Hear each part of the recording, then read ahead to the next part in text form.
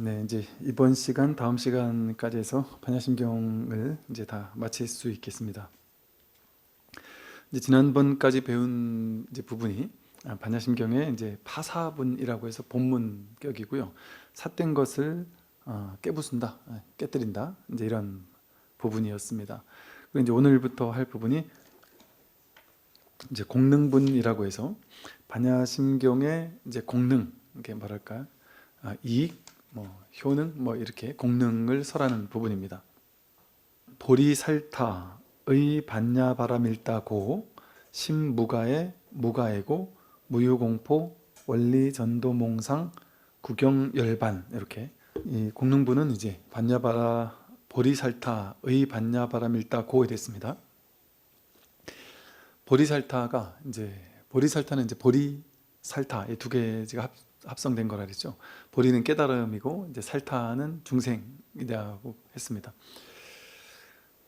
그래서 참 이 의미가 참으로 좋다 그랬어요. 왜냐하면 보리라고 해서 우리는 이제 깨달은 사람은 어떤 깨달음의 특성을 지닐 것이다, 보리의 특성을 지닐 것이다.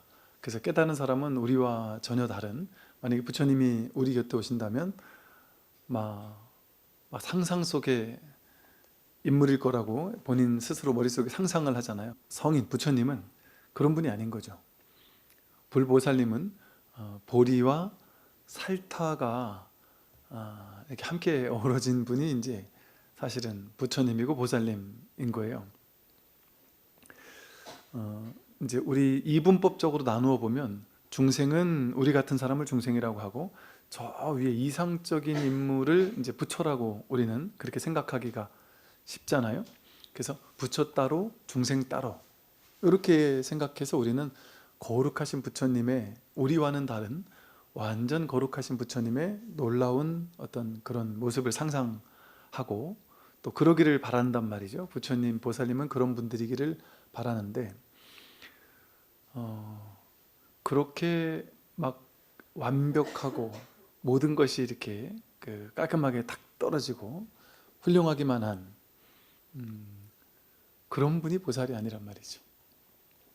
불교에서 말하는 이제 부처님이나 보살님은 이제 연기법이라고 하잖아요. 이제 이것이 있으므로 저것이 있고 저것이 있으므로 이것이 있어서 옳고 그름, 맞고 틀림, 중생과 부처, 잘나고 못남, 이 모든 것들이 서로 연하여 일어난다라는 사실을 깨달으신 분이 부처님이거든요. 그래서 부처님은 그 두 양변을 다르게 여기지 않는단 말이에요. 그래서 부처님에게는 막 좋은 면만 있는 것이 아니라, 훌륭한 면만 있는 것이 아니라 그 양변이 아울러 함께 있어요. 그게 우리들의 모습이잖아요. 지금 우리들의 모습은 지난 시간에 공부한 것처럼 우리는 어떤 특정 부분에 대해서는 집착하기도 해서 중생의 모습을 띠기도 하다가 또 다른 부분에 대해서는 이렇게 초연해요. 이제 우리 그러잖아요. 이렇게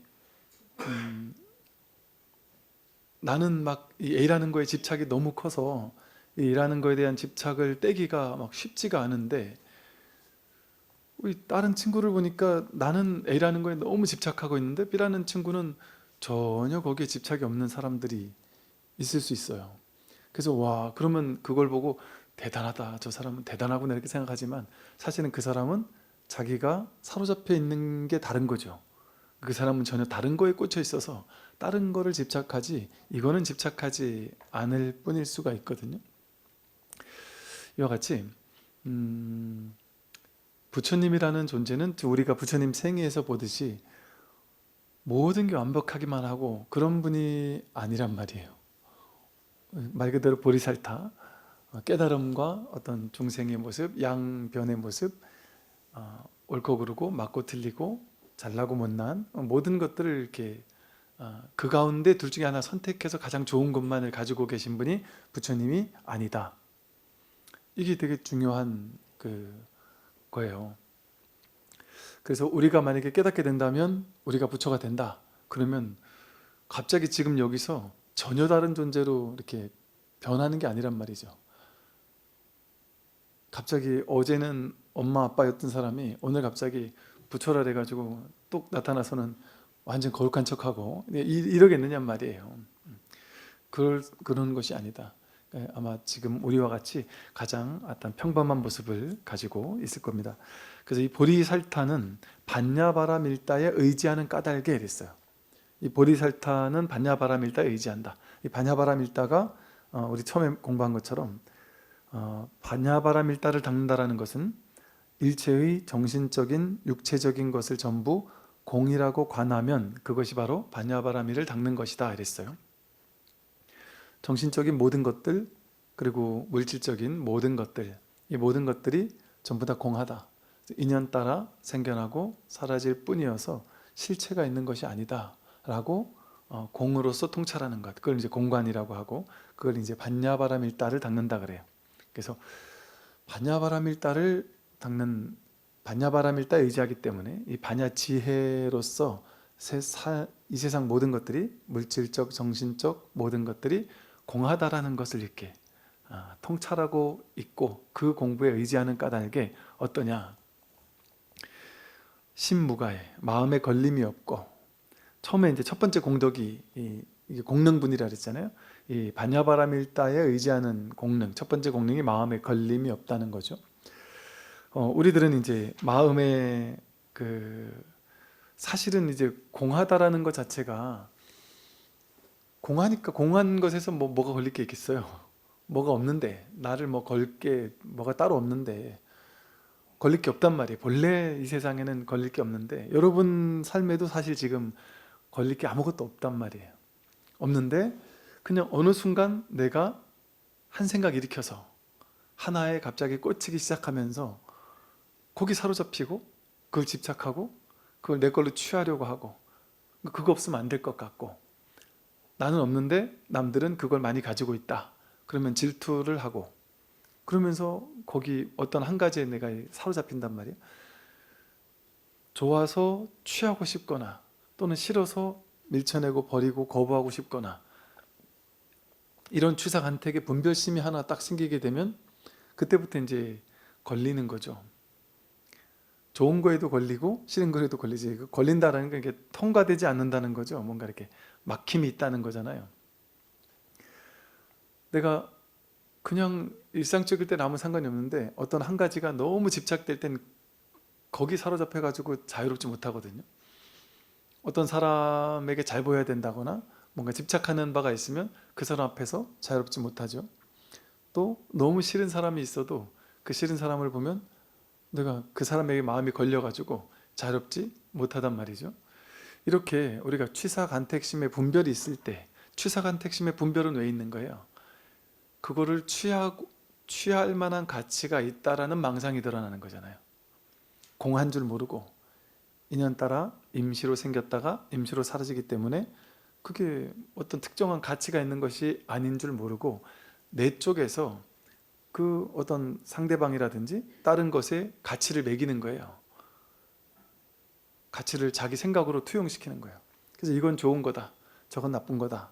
그 가치를 매긴 다음에 좋은 거는 더 집착해서 더 갖고 싶다.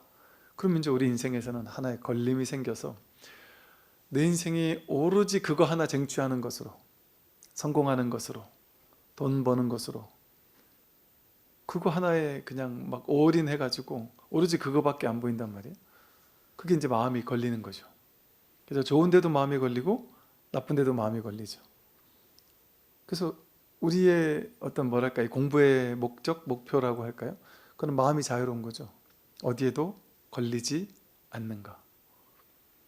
걸리지 않으려면 우리는 그렇게 생각하거든요. 선생님, 제가 요즘에 돈에 걸려 있어요. 돈에 걸려 있어서 돈을 많이 벌고 나면 돈으로부터 자유로워질 것 같아요.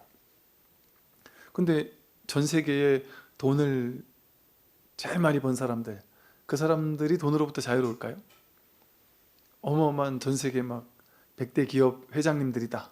그럼 그분들은 돈에 대해서 자유롭을까요? 죽을 때까지 쓸 돈이 다 있겠지만 그 돈으로부터 자유롭지 않겠죠. 오히려 이제 더 돈에 걸리겠죠. 이 회사를 어떻게 하면 계속 유지할 수 있을까? 더 크게 만들 수 있을까?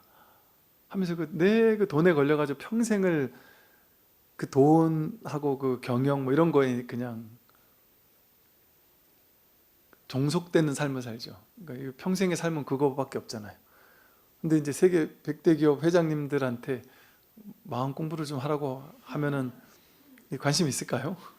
내가 지금 걸려 있는 게 있기 때문에, 내가 해치워야 될 것도 있기 때문에 그 마음을 쉽게 거기서 내려놓기가 쉽지가 않겠죠. 이처럼 본래 이 세상 모든 것이 그 어떤 것도 취할 게 없다. 그 어떤 것도 미워서 버리고 거부할 것이 없다. 왜? 공하기 때문에. 인연 따라 생겨나고 사라지는 거에 뭐 의미가 있어야죠, 세상에. 그래서 이게 참 뭐랄까, 우리는 무의미하다 이러면 되게 안 좋은 의미로 쓰이잖아요. 의미가 없다. 바다 위에 생겨난 모든 파도는 의미가 있지 않죠. 이 아름다운 파도, 이거는 별로인 파도, 큰 파도, 작은 파도, 우리는 그렇게 모양을 가지고 분별해서 말하지만 똑같은 바다잖아요. 바다기 때문에 이 바다 입장에서 보면 의미가 있다고 하면 동등한 의미죠. 모든 것은 대평등의 의미죠. 그러니까 그건 의미가 없는 거죠. 그와 같이 이 세상에 드러난 모든 것들, 인연 따라 생겨나고 인연 따라 사라지는 모든 것들은 이 하나의 바다, 하나의 마음에서 이렇게 드러난단 말이에요. 바다 위에 파도가 치듯이 우리 마음 위에서 이 세상이 나왔단 말이에요. 마음 위에서 물질이 나왔고요. 마음 위에서 마음, 느낌, 감정, 생각이 나왔습니다. 여러분 지금 아무 마음이 없는데 누가 갑자기 나에게 욕을 버럭하면 갑자기 화가 욱 일어나겠죠? 어디 있다가 나온 거죠? 그 화는? 본래 어디에 있던 게 아니잖아요. 근데 인연이 탁 던져지니까, 누가 나에게 화를 버럭 내니까 자연스럽게 이렇게 올라온단 말이에요.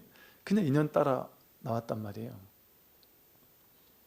이 세상 모든 것들도 전부 다 인연 따라 나온단 말이에요. 그런데 바다가 있어야 그 위에서 파도가 칠 수 있듯이 인연 따라 정신적인, 물질적인 모든 것들이 드러나려면 그 원천 소스가 되는 게 있어야 된단 말이에요. 바다와 같이.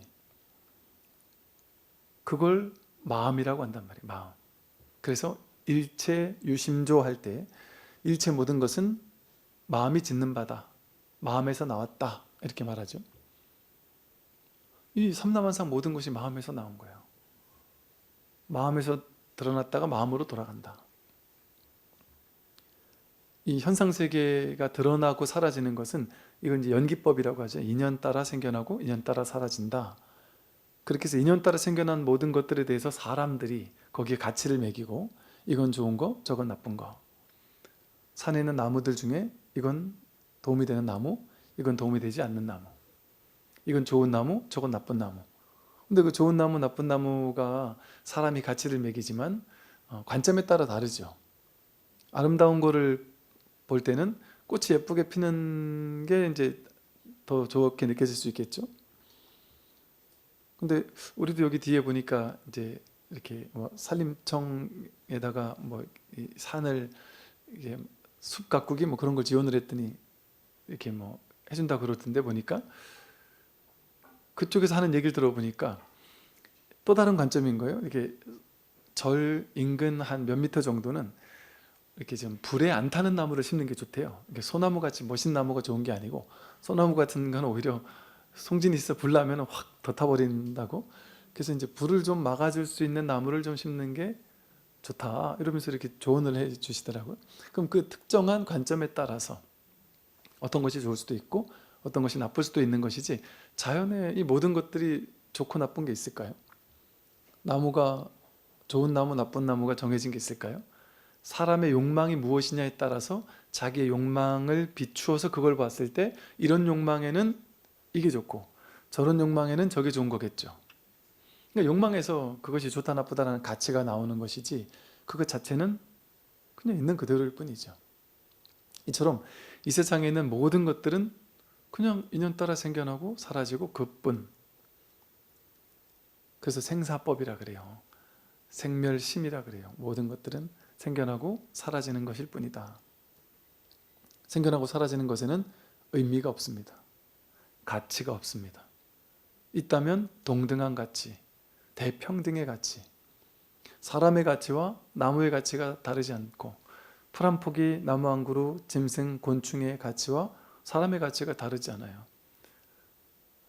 우리가 반야신경에서 뭐 불구부정 이렇게 했지만 더럽고 깨끗한 게 본래 없다 이랬지만 질적으로 양적으로 차별 없다는 거예요.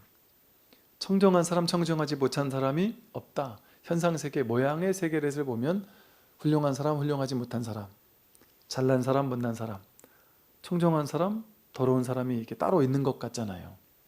그런데 이 본성의 자리에서는, 이 근원에서는 완전히 대평등한 존재밖에 없단 말이에요. 다시 말해 지금 우리 모두 한 명 한 명 모두가 석가모니 부처님과 동등한 가치다. 완전히 동등한 가치. 어떤 사람은 그래요. 아니 불자들이 부처님을 이렇게 절하고 예배하고 칭송하고 저 이렇게 떠받들고 우리는 저 밑에 있는 사람으로 저 위에 계시는 부처님을 떠받드는 걸 해야지 그게 불자로서의 도리지. 어떻게 부처님을 나와 다르지 않다고 생각합니까? 라고 생각하는 사람이 있을 수 있잖아요. 뭐 어떤 분은 법회하다가 혹은 책을 쓰다가 이렇게 글을 쓰다 보면 어쩔 수 없이 이렇게 뭐 이렇게 문맥상으로 붓다가 어쩌고 저쩌고 막 이렇게 약간 글을 쓸 때가 있어요. 이렇게 존칭 굳이 이렇게 안 쓰잖아요. 뭐 붓다의 사상 뭐 어쩌고 저쩌고 이렇게 쓸 수 있잖아요. 심지어는 어떤 분들은 그래. 그런 걸 보고도 이 중이 돼가지고 말이지, 스님이 돼가지고 말이지, 부처님 보고 붓다라고 한다고 이 경망스럽게 부처님이라고 불러야지. 그리고 이게 또 뭐 부처 성품을 가지고 있습니다 어쩌고 그러면은 부처 성품이라니 말이야. 이 부처님의 성품이 있다고 해야지. 이게 님자 안 붙이는 거에 대해서 되게 아주 실제 그런 분들이 계신다니까요. 님자를 꼭 붙여야 된다. 이제 이렇게 그건 이제 그런 문맥에서 쓸 때는 당연히 그렇게 하고 그러는 것이죠.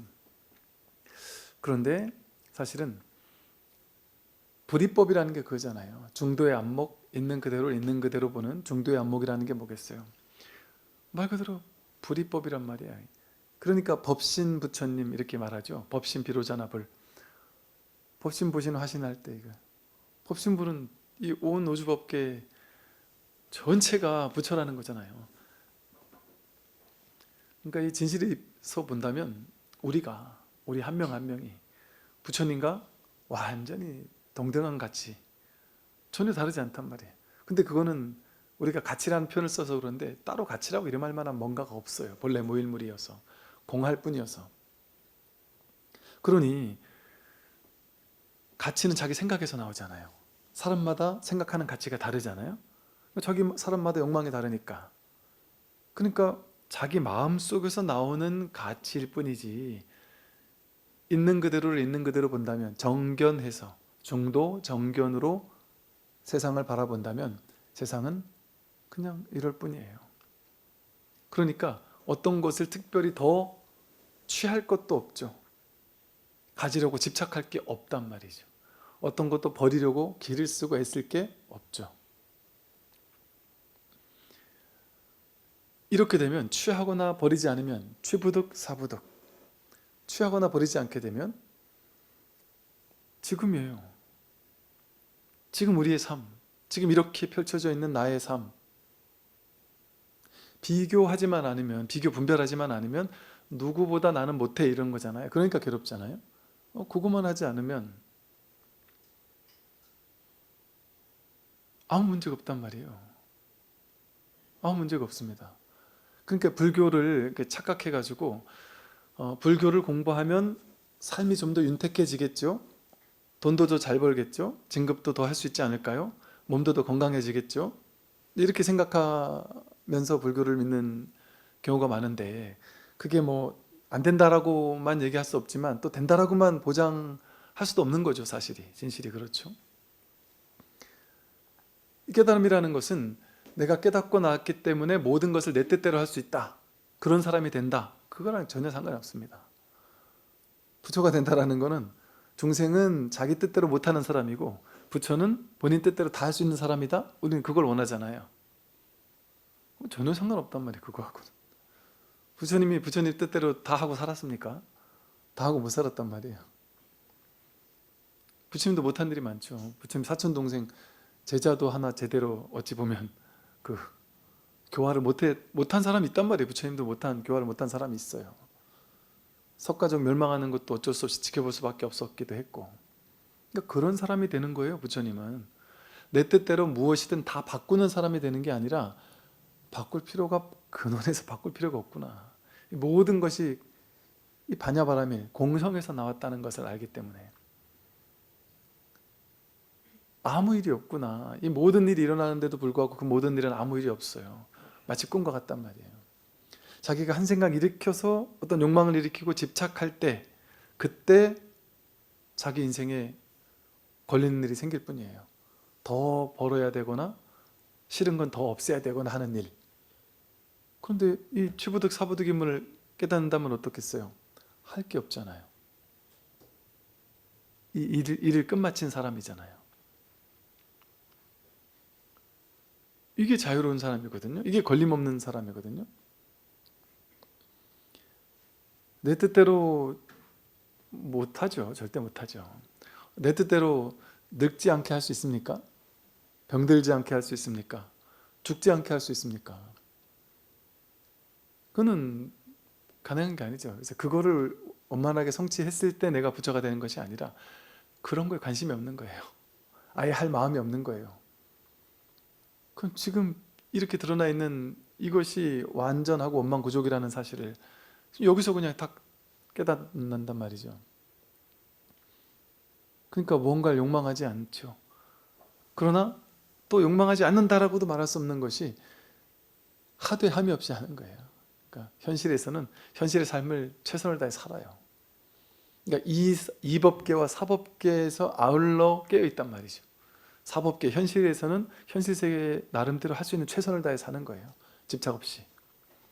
그러나 이 법계라는 이 진리에 딱 뿌리 내린 채로. 그러니까 현실에서는 하고 싶은 게 다 있어요. 배고프면 밥 먹고 싶고, 심심하면 짭짤한 거 먹고 싶고, 짠 거 많이 먹으면 물 먹고 싶고, 그때 인연 따라 다 한단 말이에요. 마음을 다 쓴단 말이죠. 그러나 근원에서 삶을 뭐랄까요? 취부득 사부득이라는 게 뭐겠어요? 취하지도 않고 버리지도 않는다. 그건 이대로란 거거든요. 지금 이게 취부득 사부득이잖아요. 지금 취하지도 않고 버리지도 않고 지금 이렇게 드러나 있단 말이죠. 삶이. 여기 마음이 확 열리게 되는 거죠. 그러니까 뭔가 추구할 게 없으니까, 추구하는데 추구하는 바가 없으니까 그게 잘 되고 안 되고에 마음이 걸리지 않는 거예요. 그러니까 자유롭죠. 일 마친 사람이죠. 그럼에도 겉으로 봤을 땐 최선을 다해요. 무엇을 하든 열정을 가지고, 순수한 열정을 가지고 자신이 주어진 일을 한단 말이에요. 현실에서는. 그러나 마음에서는 일이 끝났단 말이죠. 그래서 이렇게 현실에서 마음에 걸림이 없어져요. 그리고 걸림이 없어지려면 과도하게 취하는 것도 없고 과도하게 버리는 것도 없고, 그래서 현실을 있는 그대로 내버려 둬요. 허용한다. 이 허용한다 이 말이 현실을 뭐 이렇게 너무 이렇게 에너지가 떨어져 있다거나 아무 기대하는 것도 없고 바라는 것도 없어서 삶에 뭔가 막 열정이 없어진다거나 그런 것과는 전혀 상관이 없죠. 상상할 수 없는 어떤 더 큰 열정이 끊임없이 솟아날 수 있어요. 오히려 삿된 생각이 없는 거지. 삿된 욕망이 사라지는 것이죠. 그러니까 현실에서는 그냥 마치 갓난아기들이 어때요? 갓난아기들이 생각합니까? 생각 안 해요. 아무리 작은 거 가지고도 그냥 발밑에 개미 한 마리 기어가는 거 하나 가지고도 까르르 까르르 웃을 수도 있고요. 고양이하고도 하루 종일 신나게 뛰어놀 수가 있고요. 뭐 예를 들어 어디 비싼 어린이들 놀이공원이나 그런데 데리고 가서 노는 것보다 산속에서 고양이 한 마리랑 뛰어노는 게 더 재미없다 이런 생각도 없겠죠. 그냥 주어진 현실에서 그냥 100% 완전 자기를 100% 연수해서 100% 논단 말이에요. 놀 때. 야 생각해가지고 내 지금 이따 오후에 뭐 해야 되니까 오후에 어디 가야 되니까 지금은 한 30%만 놀자. 이러지 않는단 말이에요.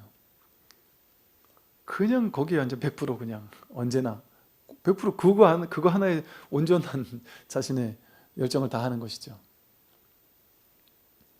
그러다가 그러니까 그렇게 사니까 어때요? 금방 피곤하고 졸리면 그냥 시체같이 잔단 말이에요. 근데 시체같이 자고 나면은 한 10분 20분 자고 나면 빨딱 일어나가지고 또 어디서 난 생명력을 가지고 또 막 신나게 또 뛰어논단 말이죠. 이렇게 이 마음 공부를 하면 이제 공성을 자각하기 때문에 첫째, 마음에 걸리는 게 없어요. 보통 우린 이제 불교에서 무승자박 이런 말을 하죠.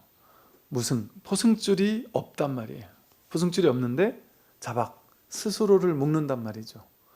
그러니까 여러분을 묶는 포승줄은 없습니다. 남들이 나를 묶은 것 같잖아요. 자기가 자기를 묶을 수밖에 없어요. 남들은 나를 묶을 수 없습니다. 남들이 내 돈을 훔쳐갈 수 있겠죠? 남들이 나를 욕할 수 있겠죠? 그러나 그럼에도 불구하고 내가 동의하기 전에는, 내 마음에서 허락하기 전에는 그건 사실은 그 남들 때문에 그런 일이 벌어지는 게 아니에요.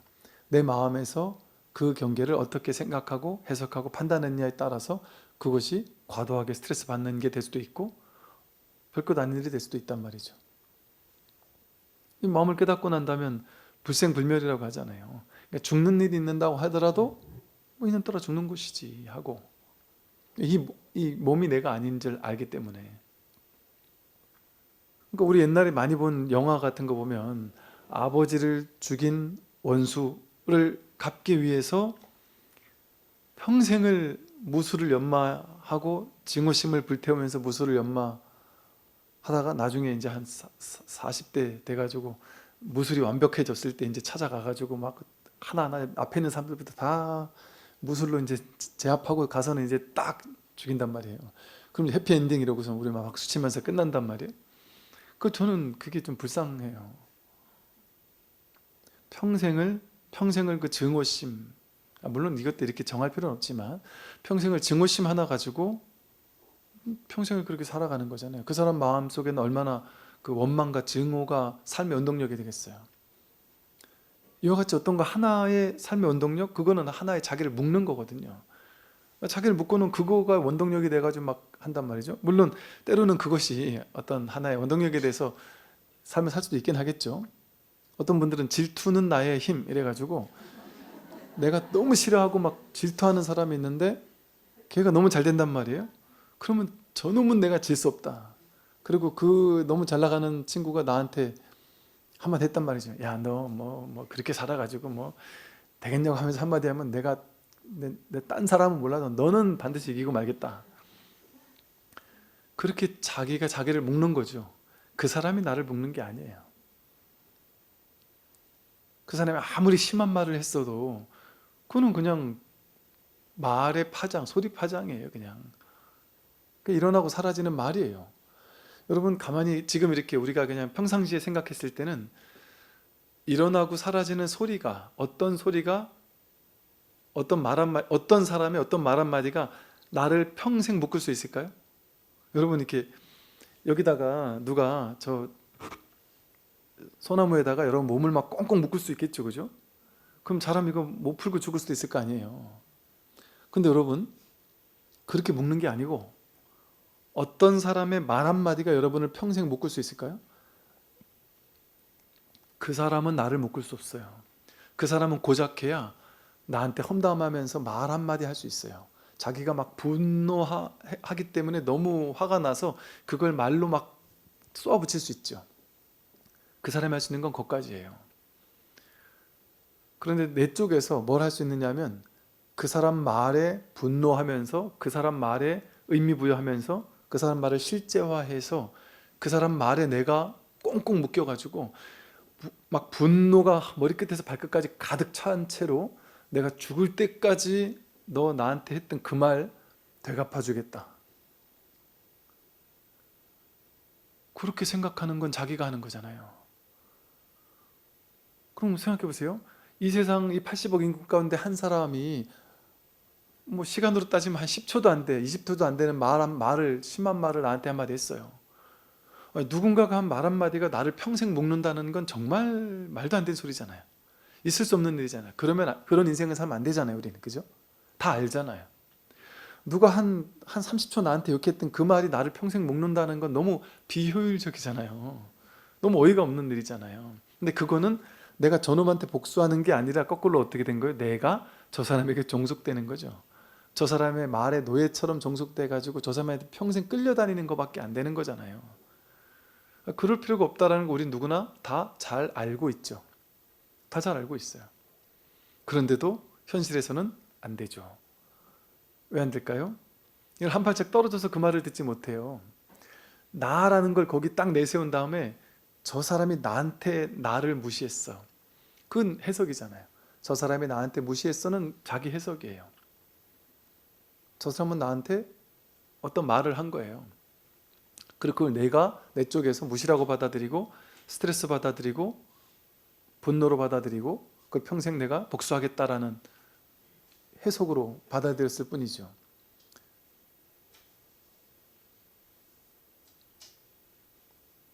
세상 사람이 나를 죽인다. 누군가가 나를 죽였다. 사실은 그 사람이 나를 죽였을 때 그 사람은 나를 죽일 수 없어요. 누군가가 부처님을 죽였다면 우리 옛날 부처님 전생담에 그런 거 있잖아요. 갈기갈기 막 자르고 막 했는데도 불구하고 화가 일어나지 않았다 그러잖아요. 그 진짜 인욕바람일 이러잖아요. 인욕선인 뭐 이런 얘기 나오고 할 때. 왜 그럴까요? 이 깨달은 사람은 이 몸이 내가 아니라는 것을 확실하게 깨달았다면 그렇겠느냐 말이에요. 누가 나를 죽였다고 해서 거기 분노하고 원한을 갖겠느냐 말이에요. 그 승조 스님은 그랬거든요. 칼이 내 목을 이렇게 자른다고 할지라도 칼이 허공을 스친 것과 다르지 않다. 이렇게 말씀하셨단 말이에요. 나와 세상이 둘로 따로 나뉘어져 있지 않기 때문에 세상이 나를 오염시킬 수 없고 세상이 나를 죽일 수 없고 나는 그 누구에게도 당할 수가 없어요. 나를 죽이는 건 나 자신밖에 없어요. 자기를 괴롭히는 건 자기 자신밖에 없습니다. 하나가 하나를 어떻게 훼손시킬 수 있어요? 바다가 바다를 어떻게 공격할 거예요? 자기가 자기를 어떻게 할 수 있어요? 그런데 이것만 나야, 이 전체가 내가 아니라 이것만 나야 라고 생각하는 사람에겐 그게 가능하겠죠. 이게 나라고 느끼니까. 저건 딴 사람이라고 느끼니까. 딴 사람이 나를 해쳤다. 이럴 수 있겠죠. 그게 바로 망상이란 말이죠. 그런 의미에서 보면 나를 묶은 것은 어디에도 없다. 무승자박, 스스로가 자기 자신을 묶을 뿐이에요.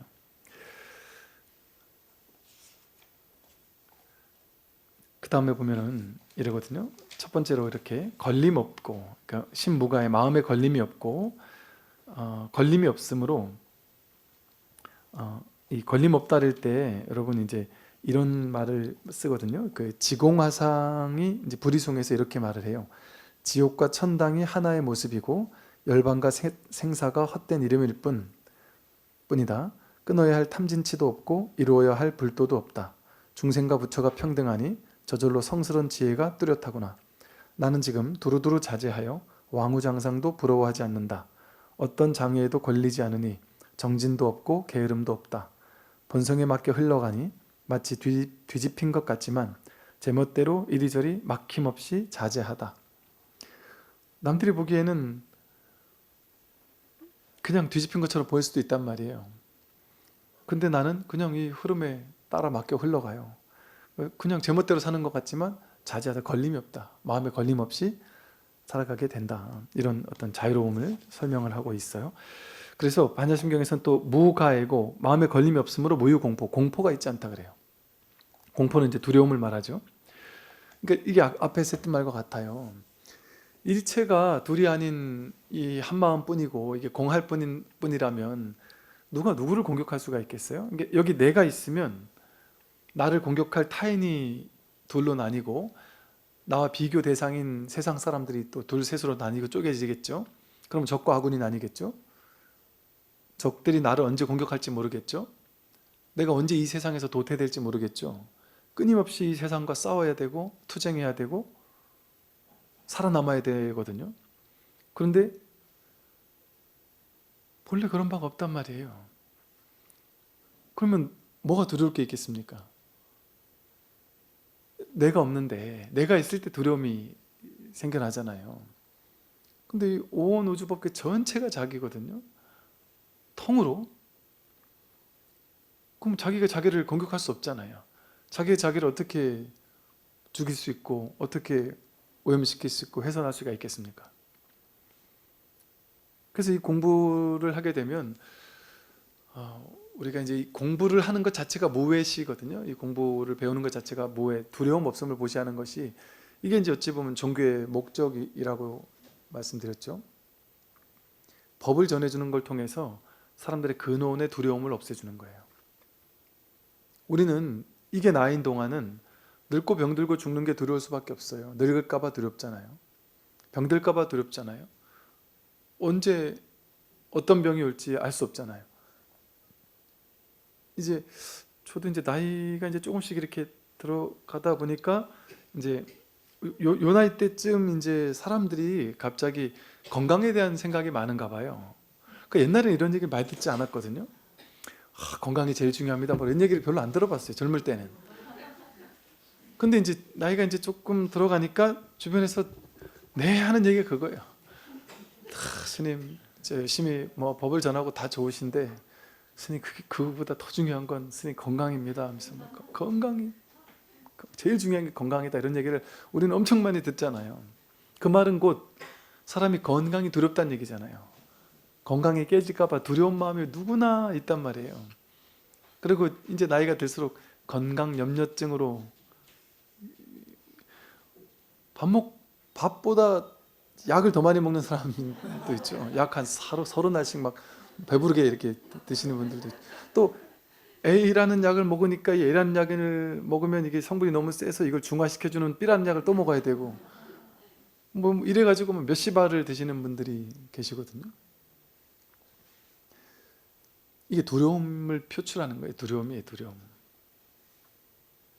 근데 우리는 그런다고 뭐 그렇게 노력은 해야 되겠죠. 현실에서는 이렇게 노력은 해야 되는데 거기에 과도하게 예민하다라는 것은 자기 두려움을 점점 더 강화시키는 거예요. 그러면 내 안에 두려움이 강화가 되잖아요. 그럼 두려운 일이 현실로 벌어질 확률이 높아져요. 오히려. 그러니까 그래서 중도라는 건 뭐냐면 적당한 게 좋은 이유가 뭐냐면 과도하게 몸을 챙기는 것도 별로 안 좋아요. 챙겨도 적당히 챙겨야지. 그리고 과도하게 챙기지 않고 적당히 챙긴다는 건 뭐냐면 우리가 이제 그런 두려움이 생길 때 어떤 TV를 봤더니 어떤 병이 있다더라 뭐 이러면 옆집 누가 어떤 병에 걸렸다더라 이러면 갑자기 막 충격을 받거든요. 옆집 누가 뭐 어떤 병으로 갑자기 쓰러졌다더라. 이게 우리는 세상 사람들은 이 병 저 병으로 다들 쓰러지거든요. 근데 저 세상 사람들이 그런 일이 있다더라 이러면 별로 안 와닿거든요. 근데 이제 내 옆에 나랑 인연 있는 사람이 뭔 병으로 쓰러졌다더라 이러면 갑자기 그 병에 꽂혀요. 그래서 나도 그 병 걸리면 어쩌나 하고 막 그 병에 막 꽂혀요. 이렇게 우리는 항상 뭔가 미래에 대한 막연한 두려움이 우리를 지배해요. 근데 이제 그런 생각이 일어날 때 그 생각에 나도 모르게 이 생각이 올라오자마자 그 생각이 동화되거든. 동일시돼 가지고 막 두려워지잖아요. 그럴 때 그 생각이 올라올 때 그냥 이렇게 미소를 띠면서 바라보면서 그냥 한번 미소로 바라보면서 참 너도 지긋지긋하다. 하루 이틀도 아니고 도대체 평생을 네 뭐 하는 짓이냐. 네 생각에 네 스스로 속아가지고 네 스스로 그 생각 일으키고 그 생각에 막 사로잡혀서 혼자 두려워 벌벌 떨고 온갖 병을 만들어가지고 병원에 입원하고 막 벌써 수술까지 하고 그러면서 오만 가지 생각에 스스로 이렇게 사로잡히는 일들이 이제 지긋지긋하지 않냔 말이에요. 그러니까 이제는 좀 가볍게 그런 일이 일어날 때마다 지켜보고 또 일어났구나, 또 올라왔구나. 그러니까 생각이 올라와서 나를 집어삼킬 때마다 그 생각을 그냥 이렇게 담담하게 바라보세요. 걔를 바라보고 야, 얘는 또 이 짓이구나. 하고 그냥 이렇게 비춰보는 거예요. 그냥 거울처럼 아무 생각이 없어요. 얘는 또 이런 것도 필요 없어요. 거울이 모든 걸 그냥 이렇게 비추듯이 그 생각이 올라온 거 그냥 이렇게 비추면 그뿐이에요. 그 일이 나한테 일어날 확률이 진짜 있겠어요? 그 마치 자동차 사고 뉴스를 보고 나는 죽어도 자동차 안 탈래 하는 것과 뭐가 달라요? 나한테 어떤 일이 벌어질지 우리는 알 수 없단 말이에요. 근데 그게 생각으로 그걸 쥐어버리면 모든 걸 생각으로 쥐어버려서 거기에 걸려버리는 거예요. 그리고 두려워하는 거예요, 그걸로. 그러니까 나이가 들면 들수록 점점 더 두려워요. 모든 게 두려워요. 이게 생각은 두려움 양상 공장과도 같아요. 그리고 안정적인 걸 원하잖아요. 두렵지 않을 만한 안정적인 삶의 조건을 원하잖아요. 그런 조건이 있을까요? 그런 조건 없습니다. 건강한 사람은 아프지 않으니까 그 두려움이 없어져야 되잖아요. 건강한 사람은 두려움이 없을까요? 건강한데도 내 가서 근심 걱정하거든요. 돈이 많아도 돈 걱정하거든요. 제가 그때 그 말씀 드렸었던 것 같은데 이제 공무원 생활을 하면서 이제 연금을 받는 분이에요. 연금을 꽤 많이 받으셔요. 그러니까 문제가 없는 거예요. 돈에 대해서 문제가 없이 살아요. 근데 그런 분은 최악의 경우 연금을 안 받을 수는 없잖아요. 그런데 그분이 뭐라 그러시냐면 국가가 망해버리면 연금을 못 받는다는 거예요. 그분은 국가가 망하는 걱정을 하더라고요. 진심이세요? 그랬더니 이것도 알 수 없지 않냐고 세상은. 뭐 물론 맞죠. 근데 하여간 걱정은 만들어서라도 한단 말이에요. 근심 걱정, 두려움은 만들어서도 우리는 기어이 근심 걱정 속에 놓여나 있어요. 그러니까 언제까지 우리가 이렇게 두려움 속에 살고 생각으로 두려움을 만들어내면서 살아야 되겠습니까? 그런데 이거 탁 깨닫고 나면요, 이 자기 마음을 깨닫고 나면 이 몸과 마음이 내가 정말 아니라니까요. 그거를 확인하게 된다니까요, 자신이. 그럼 이 몸과 마음이 죽는 거는, 여러분이 몸과 마음이 죽는 게 뭐가 그렇게 대수냐 하면요, 몸이라는 거는 갓난아기 때 몸 지금 하나도 없잖아요. 죽었잖아요. 지금 갓난아기 때 몸 죽은 거 아니에요. 10대 때 몸 지금 하나도 없잖아요. 죽었잖아요. 벌써 죽었어요. 우리는 몸은 여러 번 죽고 있고 매 순간 죽고 있고, 내가 또 손톱 자르고 머리카락 자르고 하면서 군데군데 죽이고 있고. 네, 원래 이렇게 다 죽고 살고 하는 순환이에요. 인연 따라 생기고 사라지면서 이렇게. 그러니까 인과는 있으되 작자는 없다라는 게 원인과 결과는 있거든요. 내가 음식을 계속 먹어주니까 얘는 계속해서 이렇게 이어지는 것 같아요. 그런데 불천이라고 해서 옮겨가는 건 없다 이러잖아요. 업을 짓는 자도 없고 업을 받는 자도 없다는 거예요. 그 자가 없다는 거예요. 10대 때 나, 지금의 나, 그 나는 없단 말이에요. 그 나가 아니에요. 자기가 아니에요. 자기라는 착각이 있으니까 자기가 그 두려움을 만들어내는 양상 공장이거든요. 그래서 이 마음을 깨달으면 그냥 마음에 걸림이 없고 두려움이 없는 진짜 자유로운 삶을 살 수 있다. 이거 진짜 한번 해볼 만한 공부 아니겠습니까? 여기까지 말씀드리겠습니다. 선물하십시오.